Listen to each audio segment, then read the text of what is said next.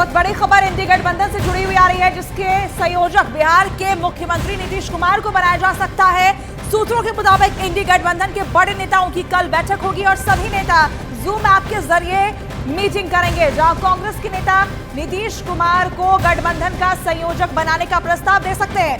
कल होने वाली इस बैठक में गठबंधन की आगे की रणनीति और भूमिका पर भी चर्चा हो सकती है। तो बड़ी खबर सूत्रों के हवाले से जो सामने आ रही है, कल यहां पर बड़ी बैठक इंडी गठबंधन की होगी, हालांकि जूम ऐप के जरिए होगी, यानी कि वर्चुअल ये मीटिंग होगी, लेकिन बैठक में आगे की रणनीति पर चर्चा होगी और साथ ही नीतीश कुमार को संयोजक बनाने पर भी चर्चा यहां पर की जा सकती है। न्यूज़ 18 इंडिया के हमारे सहयोगी चंद्रमोहन जुड़ रहे हैं हमारे साथ, सीधे उनके पास आपको लिए चलते हैं। चंद्रमोहन से जानेंगे और इस मीटिंग को लेकर क्या जानकारी है।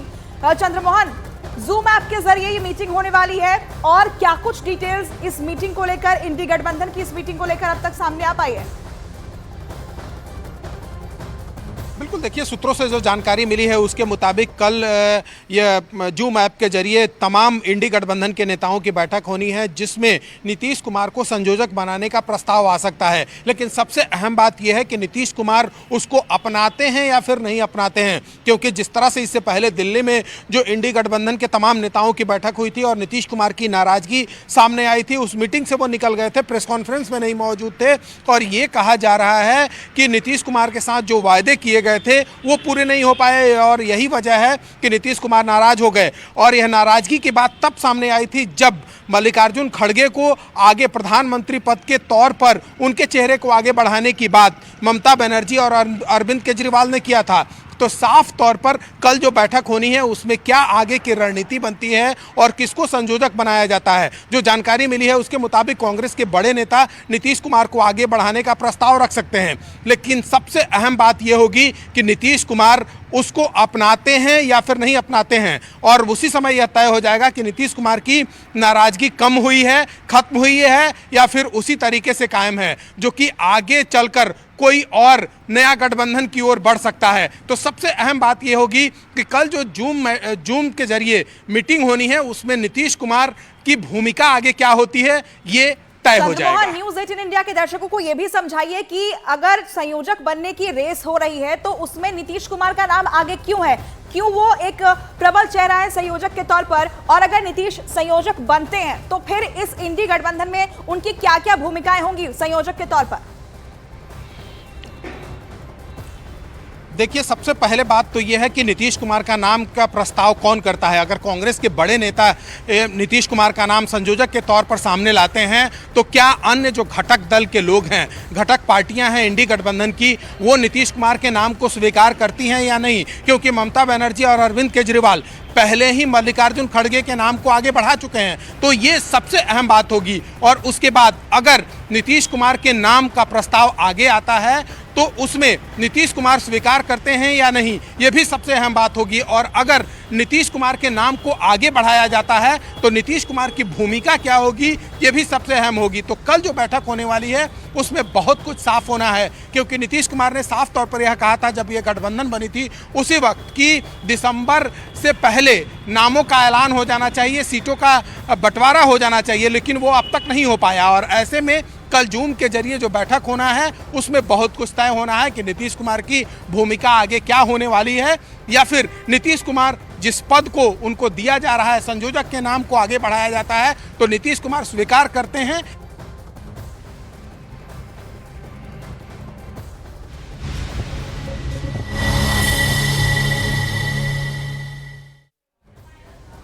लोकसभा चुनाव नजदीक है और अब तक इंडी गठबंधन में शामिल विपक्षी दलों की सीट शेयरिंग का कोई भी फॉर्मूला तय नहीं हो पाया है।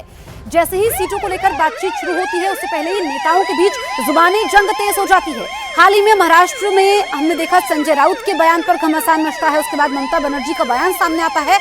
अब पंजाब के मुख्यमंत्री भगवंत मान ने बड़ा बयान दिया है जिस पर विवाद खड़ा हो गया है, और भगवंत मान ने ऐसा बयान दिया है जो कांग्रेस के किसी भी नेता को रास नहीं आएगा। भगवंत मान ने कांग्रेस पर तंज कसते हुए कहा कि विपक्षी पार्टी को पंजाब और दिल्ली के इतिहास में धकेल दिया गया है। यही नहीं, भगवंत मान ने पंजाब और दिल्ली में कांग्रेस को विलुप्त होता बता दिया।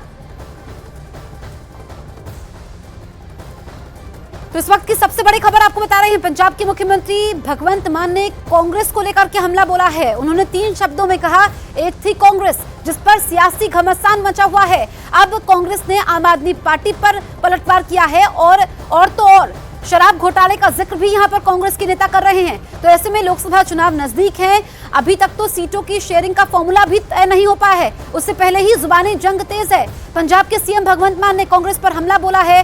भगवंत मान ने कहा है कि कांग्रेस इतिहास में दर्ज हो गई है, इतिहास में धकेल दिया है कांग्रेस को।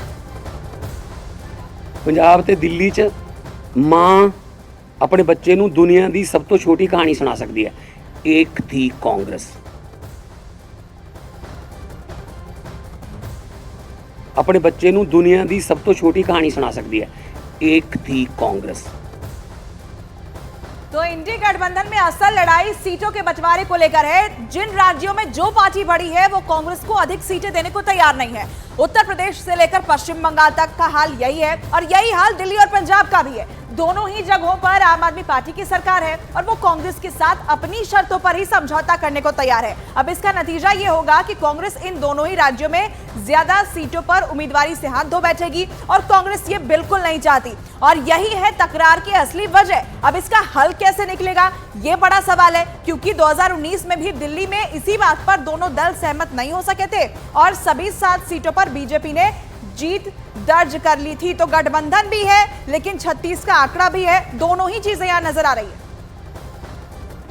पंजाब के मुख्यमंत्री के इस बयान पर कांग्रेस ने भी पलटवार किया है। कांग्रेस नेता पवन खेड़ा ने ट्वीट किया है कि आप और मोदी जी के विचार कितने मिलते जुलते हैं, दोनों का सपना कांग्रेस मुक्त भारत का है, दोनों मुंह की खाएंगे। वैसे एक भोजपुरी पिक्चर का नाम है एक था जोकर, आपने तो देखी होगी, ये ट्वीट किया है पवन खेड़ा ने। तो पंजाब के सीएम के बयान पर विवाद तो ताजा है, लेकिन गठबंधन की चुनौतियां सिर्फ यही नहीं है, बल्कि 2024 के लिए इंडी गठबंधन में बहुत सारे रोड़े हैं। अब क्या क्या चुनौतियां हैं एक एक करके आप समझिए। देखिए, सबसे पहली चुनौती है सीटों के बंटवारे पर सहमति बनाना। इंडी गठबंधन की चुनौतियों की हम बात कर रहे हैं। दूसरी चुनौती राज्यों के चुनाव में हार के बाद की रणनीति बनाना और तीसरी चुनौती है बीजेपी के खिलाफ एकजुटता बनाए रखना। प्रधानमंत्री पद का चेहरा तय करना भी बड़ी चुनौती है इंडी गठबंधन के सामने और गठबंधन की साझा रैली करना भी यहाँ गठबंधन महागठबंधन यहाँ जो इंडी गठबंधन है उसके लिए एक बड़ी चुनौती है। तो लगातार इन चुनौतियों का हल कैसे निकलेगा इस पर सवाल बना हुआ है। क्या कल होने वाली जूम की बैठक से इन सवालों के जवाब मिलेंगे? वहीं भगवंत मान के बयान पर कांग्रेस नेता उदित राज ने पलटवार किया। उन्होंने कहा कि समय बताएगा कौन सी पार्टी का भविष्य कैसा होगा। उनके कहने से क्या होता है, और जैसे ही विधानसभा का चुनाव कंक्लूड हुए थे और उन्हीं के द्वारा जो सीट खाली की गई थी लोकसभा की, वहीं से वो हार गए थे। तो जिस दिन से मुख्यमंत्री बने हैं उसी दिन से धरना प्रदर्शन पूरे पंजाब में चल ही रहा है। तो ये तो वक्त बताएगा कि एक थी कांग्रेस की, एक थी आम आदमी पार्टी। तो सीएम भगवंत मान के बयान पर कांग्रेस नेता नवजोत सिंह सिद्धू ने भी दिल्ली शराब घोटाले के हवाले से हमला बोला और मामले में सीएम केजरीवाल की चुप्पी पर सवाल उठा दिए। यकायक जब ये पॉलिसी आई दिल्ली में साहब, तो करीब करीब ये 2.5-3 महीने रही पॉलिसी। ये 2.5-3 महीने पॉलिसी रही और 2.5-3 महीने में इस पॉलिसी को विथड्रॉ करना पड़ा। जब ये पॉलिसी विथड्रॉ होती है तो उसी से साफ हो जाता है कि दाल में काला। अगर ये जनहित में थी, लोकहित में थी, तो विथड्रॉ क्यों हुई? और यही पॉलिसी पंजाब में भी इंप्लीमेंट हुई, आज तक विथड्रॉ नहीं हुई। अब इंडी गठबंधन में चल रही तकरार पर बीजेपी ने भी निशाना साधा है। बीजेपी ने कांग्रेस और आम आदमी पार्टी दोनों पर निशाना साधते हुए गठबंधन के टूटने की भी भविष्यवाणी कर दी है।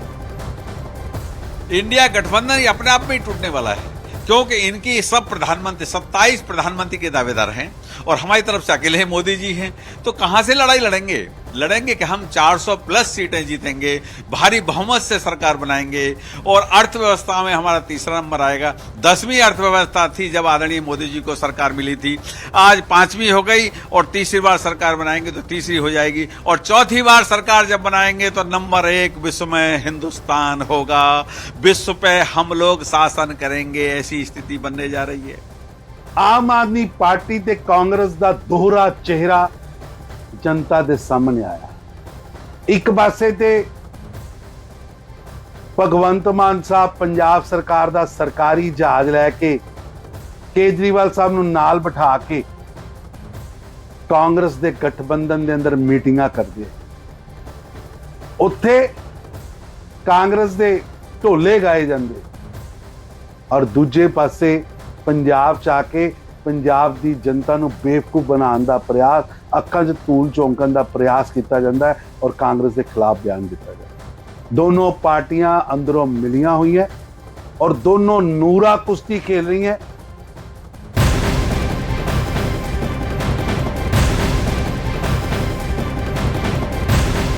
आम आदमी पार्टी से विवाद के बीच आज पंजाब में कांग्रेस की अहम बैठक होने जा रही है। चंडीगढ़ में यह बैठक होगी जिसमें लोकसभा चुनाव की तैयारियों के लिए सीट शेयरिंग पर भी चर्चा होगी। यह बैठक काफी ज्यादा अहम हो जाती है जिसमें कांग्रेस कमेटी के पदाधिकारी भी इस बैठक में शामिल होंगे। तो क्या सीट शेयरिंग को लेकर के कोई फॉर्मूला निकल सकता है, ये इस बैठक में तय होने वाला है। तो पंजाब कांग्रेस की अहम बैठक आज है। आपसे विवादों के बीच कांग्रेस की बड़ी बैठक है। सत्तारूढ़ आम आदमी पार्टी के नेता और कांग्रेस के नेता जुबानी जंग इनमें तेज है। जो भगवंत मान ने बयान दिया है उस पर कांग्रेस ने तीखी प्रतिक्रिया दी है। ऐसे में जो आज पंजाब कांग्रेस की बैठक होने वाली है उसमें क्या निकलता है, क्या सीटों के शेयरिंग को लेकर के कोई फॉर्मूला तय होता है, रणनीति बनती है, ये देखना होगा।